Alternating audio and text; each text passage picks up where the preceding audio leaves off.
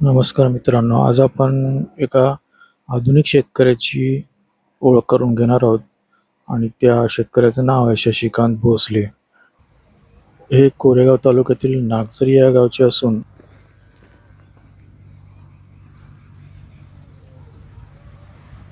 आपल्या शेतामध्ये त्यांनी वेगवेगळ्या प्रकारची फळं आणि फुलांचे वेगवेगळे प्रयोग करून अतिशय झाड उतरायची हापूस आहे का उत्कृष्ट असे हापूसमध्येच वेगळा यशस्वी प्रयोग केले आहेत. मित्रांनो, आपण जे आता पाहताय ते हापूसचीच एक वेगळी जात आहे आणि त्याचे आंबे तुम्ही पाहताय अतिशय हाताने तोडता येतील इतक्या खाली आहेत आणि पूर्ण झाड हे आंब्याने भरलेलं आहे.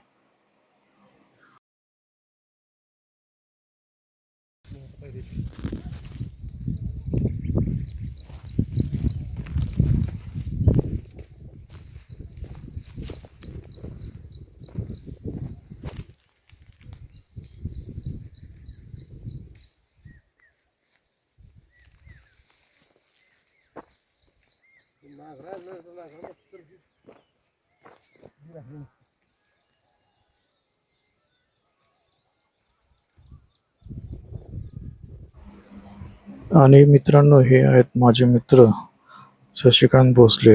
अतिशय व्यस्त आणि सतत शेतामध्ये काम करत असल्यामुळे त्यांना आवडही असल्यामुळे ते आपल्या शेताची आणि फळं फुलं यांची देखभालही अतिशय उत्कृष्टपणे घेतात. गुलाब आहे वेगळा गुलाब आहे पिंक कलरला. इथे गुलाब आहे लाल कलरचा इथे वर गुलाब आहे.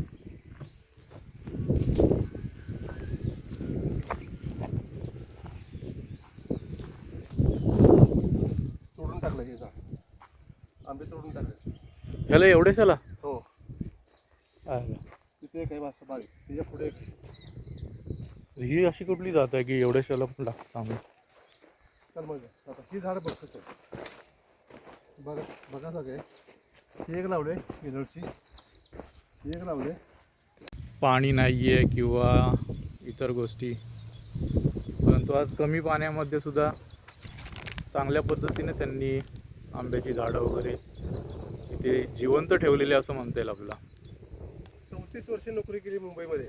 ओके. मुंबईमध्ये 34 वर्षे नोकरी करून गावाला आता 2-3 वर्षापासून गावाला आहे. गावाला राहिल्यापासून ही एवढी प्रगती चालू आहे. सुंदर मस्त. अद्रक लावलं होतं, अद्रक बऱ्यापैकी काढले, ज्वारी भरपूर काढली, सोयाबीन काढले. सध्या आता 1-1.5 एकरचा ऊस लावायचा आहे. आलं 1 एकर लावलेलं आहे.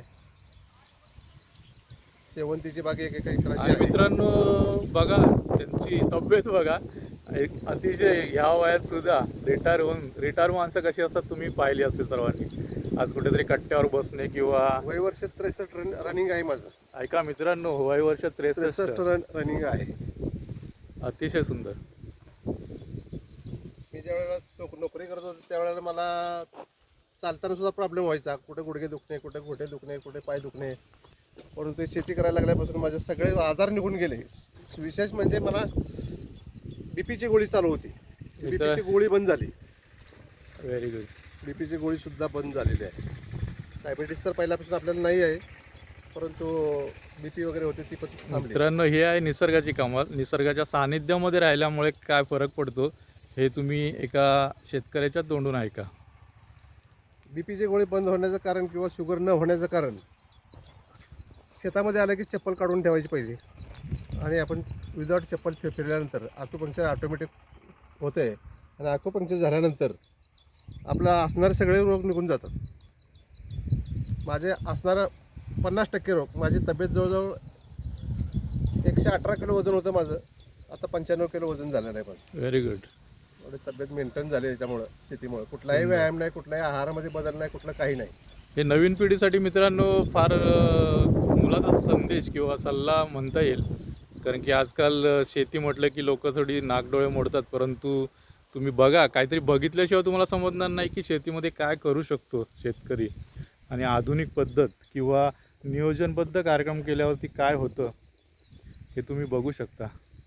हे दाखवण्याच्या मागचा उद्देशच मित्रांनो हा आहे की एक चांगला शेतकरी आणि मनापासून काम केल्यानंतर काय तयार होतं हे बघा.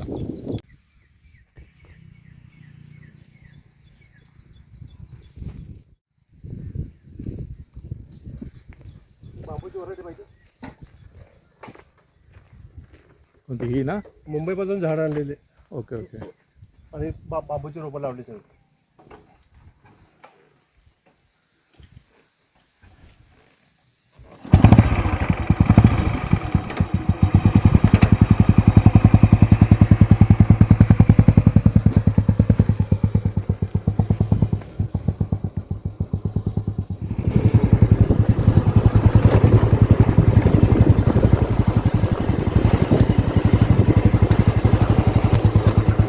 पाणी नसल्यामुळे शेती पडून आहे, पण आपण पाण्याचं नियोजन एकदम व्यवस्थित केलेलं आहे. आपण विहीर काढली आहे खाली, त्या विहिरीचं पाणी आणून इकडं सर्व बागात केलेलं आहे. सध्या इथं ऊसासाठी रान तयार केलेलं आहे. त्या मित्रांसमोर बघता ते ऊसासाठी त्यांनी तयार केलेलं रान आहे. इथे ऊस लागवड होणार आहे.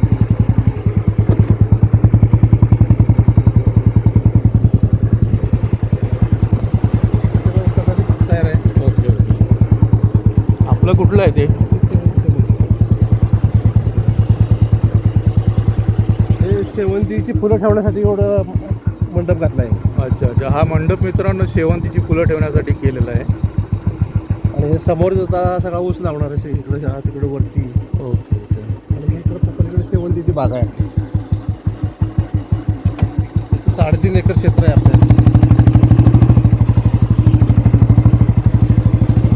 मला वाटतं या जवळपासच्या गावांमध्ये एवढ्या प्रमाणात फुलांची लागवड कोणी केलेली नसावी. आमच्या गावामध्ये तर नाही आहे.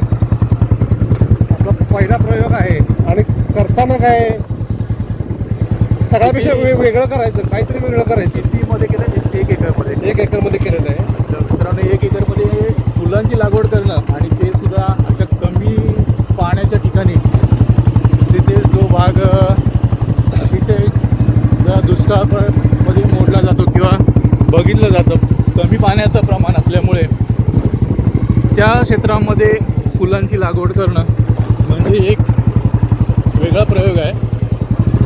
तो आता आपण बघणार आहोत. ही जमीन पूर्ण पडीक जमीन होती, पडीक. अच्छा अच्छा. ज्याप्रमाणे इथं वरती दिसते ओके. त्याप्रमाणे अशी जमीन होती पूर्ण.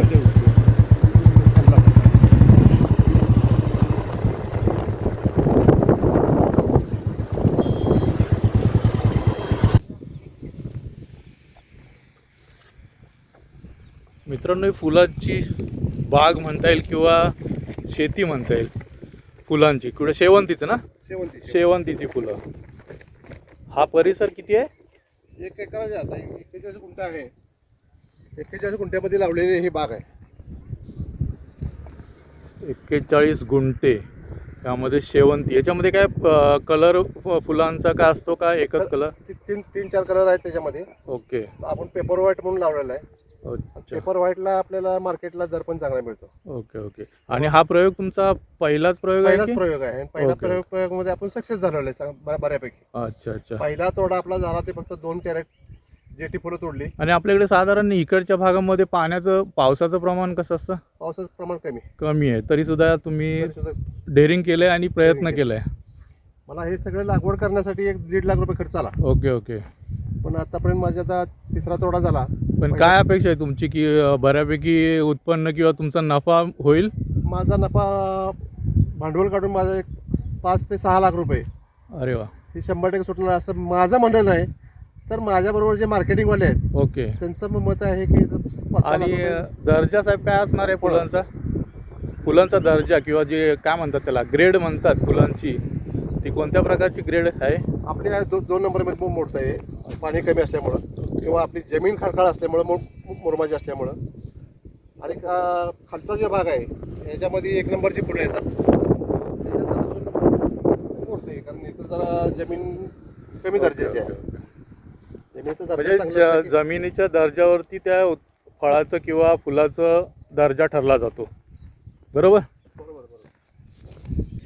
आता आम्हाला थोडी कमी माहिती आहे शेतीची, म्हणून जरा मित्रांसोबत आलो आहे किंवा थोडी माहिती घ्यावी आणि थोडीशी ज्यांना माहिती नाही त्यांना थोडी माहिती करून देणं हाच आपल्या व्हिडिओचा उद्देश आहे.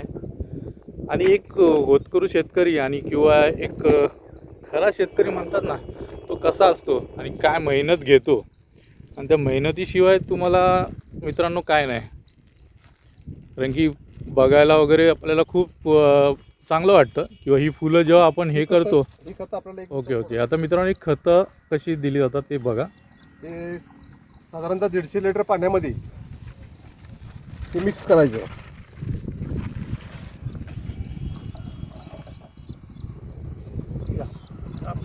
लाईट गेली का? मोटर बंद आहे. मोटर बंद झाली. कधी झाली? मोटर चालू नाही. कधी झाली? तो वाल पिरियड.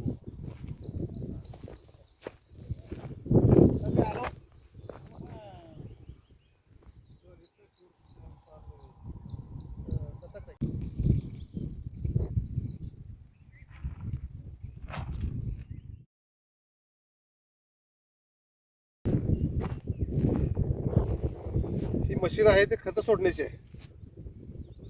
खतं म्हणजे किती दिवसांनी काय करायचं 1 दिवसात खत सोडायचे. की मग तयार होईपर्यंत? हा, जेवढे आपण खतं आता आता जी फुलं आहेत ही तयार आहेत का कसं काय? ही तयार आहे. ह्याचा उद्या तोडा आहे. अच्छा, हे उद्या तोडणार आहेत. उद्या तोडणार आहे. म्हणजे ह्याची साईज एवढीच. काय एवढी? मित्रांनो ही फुलं आता तयार आहेत आणि उद्या याची तोडणी होणार आहे आणि ती दादर मार्केटला ही फुलं जाणार. मित्रांनो कदाचित आपल्या घरी देवाच्या समोर जे फुलं असणार आहे ते कदाचित माझ्या मित्राच्या शेतातलं असू शकतं. हे तुम्हाला सांगावंसं वाटतं इथे. कारण की हा वेगळा अनुभव असतो मित्रांनो की शेतामध्ये एखादी वस्तू आपण बघतो, आपण बोलतो की अरे हा आंबा शेतातला आहे किंवा हे फळ शेतातलं आहे. सगळं शेतामधलं येतं, पण जेव्हा तुम्ही प्रत्यक्ष तिथे जाऊन एखाद्या फळाला हात लावता किंवा तोडता किंवा त्या फुलाला हात लावता तो आनंद हा मित्रांनो खूप वेगळा आहे. आणि तो मी आज माझे मित्र आहेत त्यांच्यामुळे मी अनुभवतोय. आणि अतिशय म्हणजे कष्टाळू किंवा आवडीने काम करणारा मित्र आहे.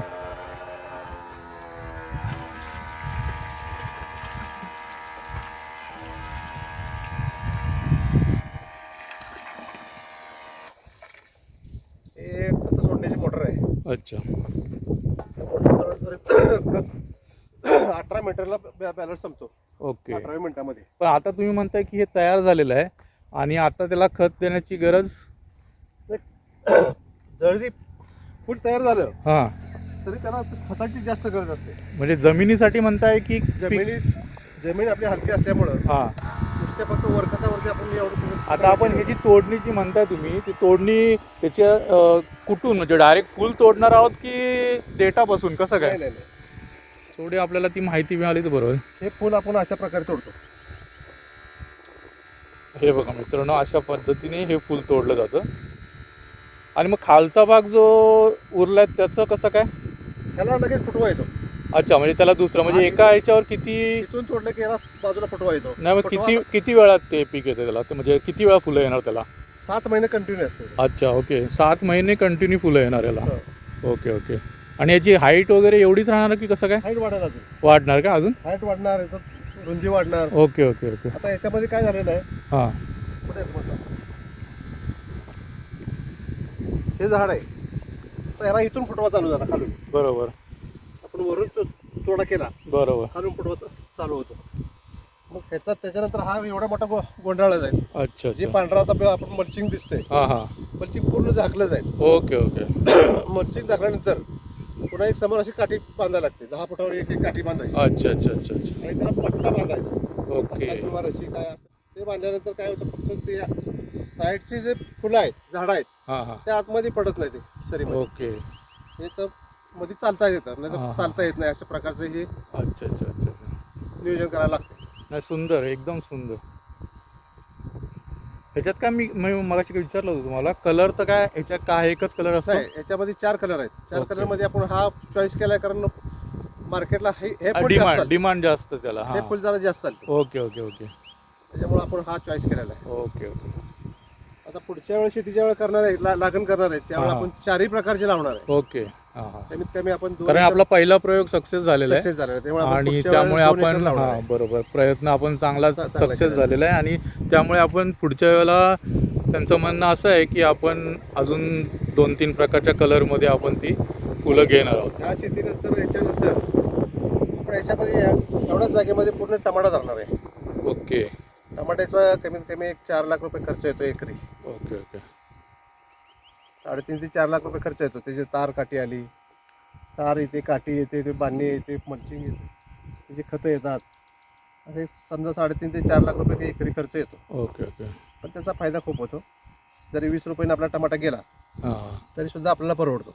ओके आणि टमाट्याचं कसं सीझन बघून लावायला लागतं. बरोबर. हां झेंडूची फुलं आपण अगोदर केलेलं आहे कधी टॅमॅटो? अगोदर नाही केला, पण यावर्षी करणार आहे. Okay okay. बघा मित्रांनो, हे सगळे शेतकरी आपला अतिशय काय म्हणतात त्याला उत्साही आणि प्रयोग करणारा शेतकरी म्हटलं तरी तुम्ही आमच्या गावात चालेल. आतापर्यंत एकानेच टमाटा लावला होता. आपण दुसऱ्यांदा लावणार आहे. दुसरा शेतकरी आपण नसणार आहे. अच्छा, म्हणजे बघा शेतकऱ्याची जी कल्पकता बघा की नवीन नवीन प्रयोग करण्यामध्ये जे माझे मित्र आहेत शेतकरी मित्र, त्यांना नवीन नवीन कल्पना आणि नवीन प्रयोग करण्यामध्ये खूप आनंद आहे आणि सक्सेस करण्यात. म्हणजे तो प्रयोग केलेला प्रयोग हा सक्सेस झालेला आहे. असं नाही की त्यांनी केलं आणि वाया गेलेलं आहे, असं नाही आहे. तर अतिशय सुंदर. मित्रांनो इथे बघा, जे मगाशी तुम्हाला म्हटलं की त्यांनी पक्ष्यांचा आणि प्राण्यांचा सुद्धा इथे विचार केलेला आहे. तर त्यांनी ठिकठिकाणी असे डबे ठेवलेले आहेत ज्याच्यामध्ये पिण्यासाठी प्राण्यांसाठी पक्ष्यांसाठी पाणी ठेवलेलं आहे. म्हणजे बघा कल्पकता बघा.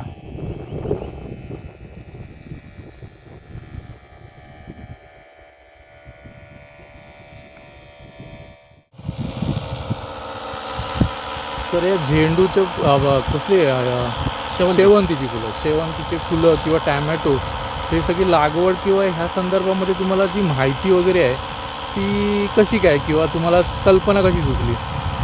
माझे एक मित्र आहेत प्रवीण यादव म्हणून. तर प्रवीण यादव हे खूप हुशार आहेत ह्या क्षेत्रामध्ये.